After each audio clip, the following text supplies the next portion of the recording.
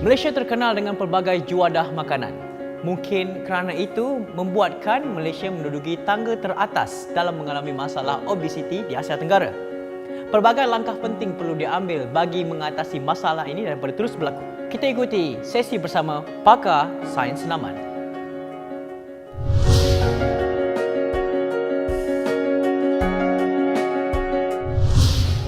Masalah berat badan boleh dikategorikan kepada 3 kumpulan am. Yang pertama will be overweight, nombor 2 will be obese, dikategorikan sebagai obese, dan nombor 3 will be extreme obesity. Matlamat pertama bagi mereka adalah untuk menjalankan aktiviti harian, membolehkan mereka menjalankan aktiviti harian. Exercise yang dicadangkan tidak melibatkan banyak pergerakan, ia melibatkan pergerakan yang sangat-sangat mudah. Kita akan mulakan dengan pergerakan yang bermula daripada posisi duduk. Kita harus ingat bahawa mereka ni mempunyai berat badan yang berlebihan. Bagi menggerakkan tangan, contohnya seperti ini, memerlukan usaha yang sangat banyak. Jadi pertama sekali kita akan hanya meminta mereka untuk menggerakkan tangan mereka ke sisi atas dan bawah. Aktiviti ini mungkin nampak senang dan mereka mungkin boleh melakukan 20 hingga 25 ulangan sahaja.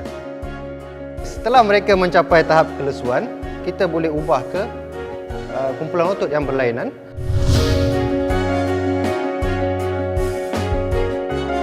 Kita buat bicep curl tanpa sebarang beban. Sekali lagi kita buat sehingga tahap kelesuan.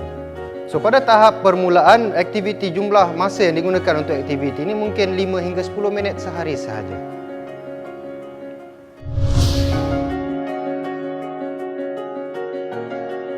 Kita juga boleh meminta mereka untuk menggerakkan bahagian pinggang mereka masih dalam posisi duduk. Pergerakan ini pada dasarnya untuk mereka menggerakkan badan bagi menggunakan tenaga, membakar tenaga dalam badan mereka. Ini tidak boleh membantu dari segi meningkatkan kekuatan, tetapi objektif ialah untuk menggerakkan bahagian badan supaya membakar tenaga, menggunakan tenaga dalam badan.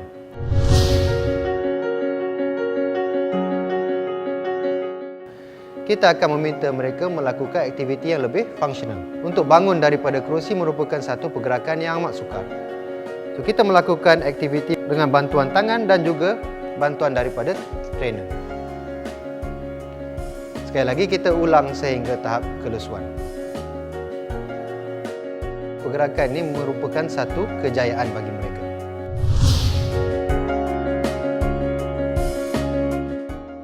Dan apabila beliau boleh menampung berat badannya sendiri, kita meminta mereka berjalan berhampiran dengan kawan ataupun dengan trainer.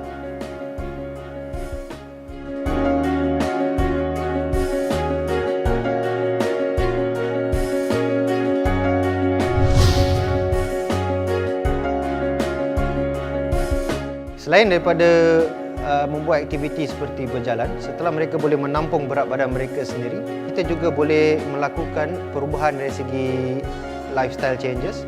Yang pertama, yang paling mudah adalah penggunaan tangga, terutama bagi tingkat 1, 2 dan 3. Kerana objektif bagi mereka yang obes adalah untuk menggunakan tenaga sebanyak yang mungkin. Juga boleh memilih untuk meletak kereta di tempat yang lebih jauh daripada biasa. Jika biasa kita letak kereta 10 hingga 20 meter daripada pintu masuk office atau pintu masuk rumah, kita boleh memilih untuk meletak kereta 5 hingga 6 kali ganda lebih jauh daripada biasa. Setiap kali kita meletak kereta lebih jauh, kita perlu berjalan lebih jauh. Apabila kita berjalan lebih jauh, kita menggunakan tenaga yang lebih.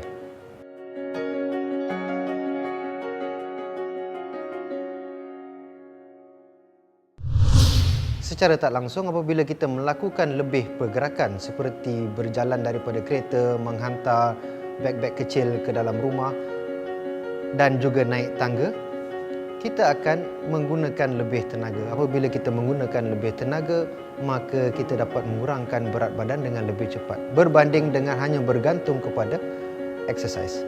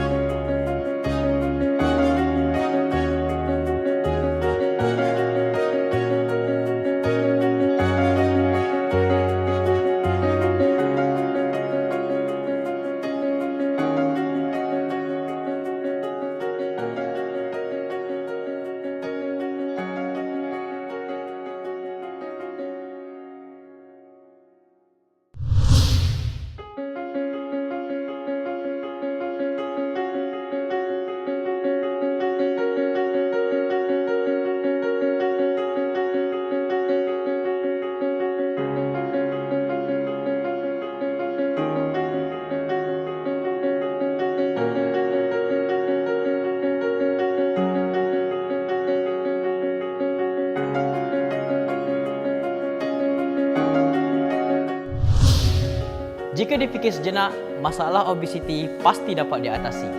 Namun begitu, ia bergantung kepada komitmen, disiplin dan semangat anda sendiri. Sayangi diri anda. Jika anda aktif, anda pasti hebat.